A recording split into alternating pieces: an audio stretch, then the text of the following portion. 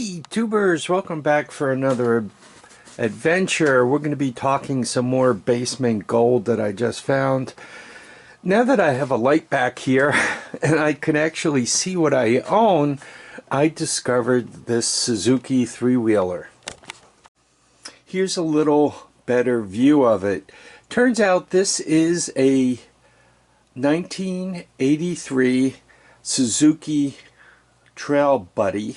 It's known as an ALT50. It's got a 50cc engine on it, and as you could kind of see as I'm showing it to you here, this one's in really pretty nice shape. This was part of a package deal. There were actually two in that deal. Here is the second half of that deal. I want to get a little closer to this thing to see how much is actually left here. As you can see, this one is missing some pieces. Flywheel's gone, cover's gone. Handlebars are here, but they're broken off. I see them kind of hanging. There's the throttle. The CDI pulse generator is here. Chain is here. Axle's here. It's missing its gas tank. I think that's elsewhere. The carburetor appears to be here, complete. The oiler seems to be here, right? You got the dual cables. I assume one of those is for oiling. You can see what is left of the front fender. So I'm just doing a quick inventory here because once again this was part of a two all-terrain vehicle deal. Right, this isn't damaged. Okay, it's missing a coil here. I don't know if that actually belongs there or not. Hopefully my buddy Kevin Bergeron, the two-cycle guy, will look this over, tell me everything I need to know about it. Now, my understanding is this 50cc motor is very common. It's been used all over the place. So we'll see if that is true. Just some handy things, these grommets. I'm already thinking I could use those. I don't know if that oil cap also fits the gas tank. If it does, I can use that. So there are some pieces here. The exhaust is always interesting, right? One could do pretty cool things with this shape and design. So anyway, quick inventory is what I'm taking. Okay, let's get back to talking about this thing. So this is a 1983 supposedly they're the same all-terrain vehicle. Looks like I have the plastic for this one, the back plastic and all that, but let's get that out of the way, take a look underneath and see what we have cooking. So here we go. Just right up front, this appears to be missing the coil CDI unit that goes on top. If you look down there, try not to cast a shadow, but if you look right down here, you could see this one is also missing the flywheel, but the recoil starter is here. Right, you guys can see that right there. I am missing the back of the fender. The other one has it. The brake, throttle, all that stuff is here. And on this side, it appears, hopefully you guys could see that the engine is intact. The gas tank is intact. Right. It's got the cap on it. It's got the stickers. It has everything you would want to have. I'm trying not to give you guys bad camera work here. Let me just grab the flashlight. There you go. I think that illuminates it all a little better. The chains on there. Once again, the carburetor's complete. Got the top plastic. The other one has it. I guess I have everything to build one complete all-terrain vehicle. Now this mess came with parts. There's the front tire, just to kind of gauge the thread. There's the back. This one has more back tire than the other guys. So this pile of stuff also came with a box of parts. Let me show you what's in there.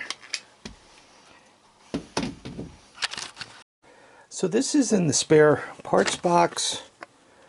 Looks like I got the back of the fender that goes to that one. It's cracked. The other one's in better shape. Looks like I got the front of the fender for the other one, which isn't cracked. Which this one is cracked. I think the one that's on this one is in better shape.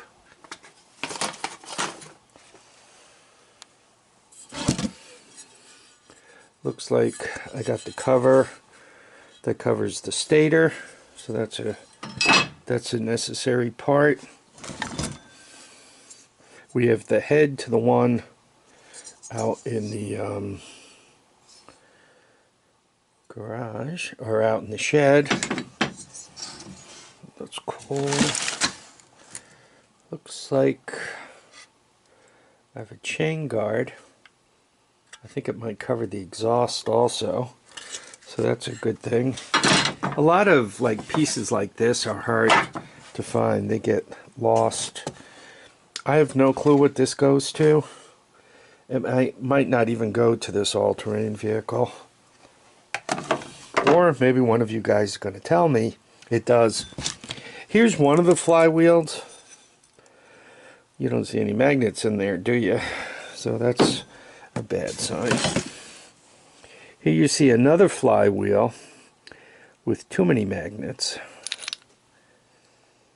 Looks like 3 out of the 4 are still attached and 1 got loose. There's also a bunch of nuts and bolts in there. You have the thing that goes on the outside of the flywheel for the starter to grab into, so that's a good thing.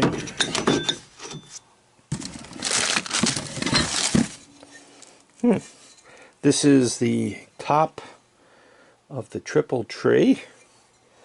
This is what's broken off on the other one.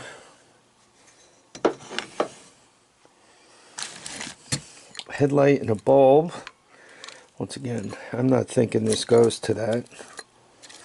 I don't see a bunch of glass in here, so that must have been put in there broken. This is a Honda oil filter, 2 Honda oil filters, another recoil cover, or a stator cover, the basket that goes on the starter basket,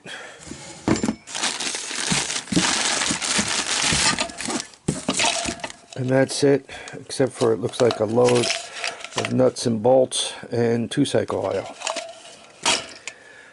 So here we have it. I showed you everything I have. Why did I go through that much trouble? I do not have an emotional attachment to this all-terrain vehicle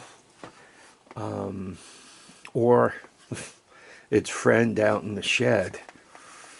So if somebody were to contact me for something that says Honda on it, I would be very, very interested.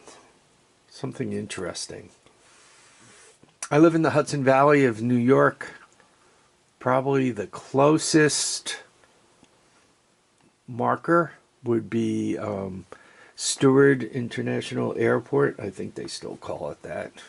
Newburgh Beacon Bridge. Something like that. That's probably the closest big landmark to me. So anyway, that's what I have. Is it seized? I don't know. I really don't know the condition of either of these. I bought these as a package deal. I got it from probably a 16-year-old kid. It looked to me like he took it all apart. And probably when he went to take the flywheel off, see the way it's kind of chipped in there?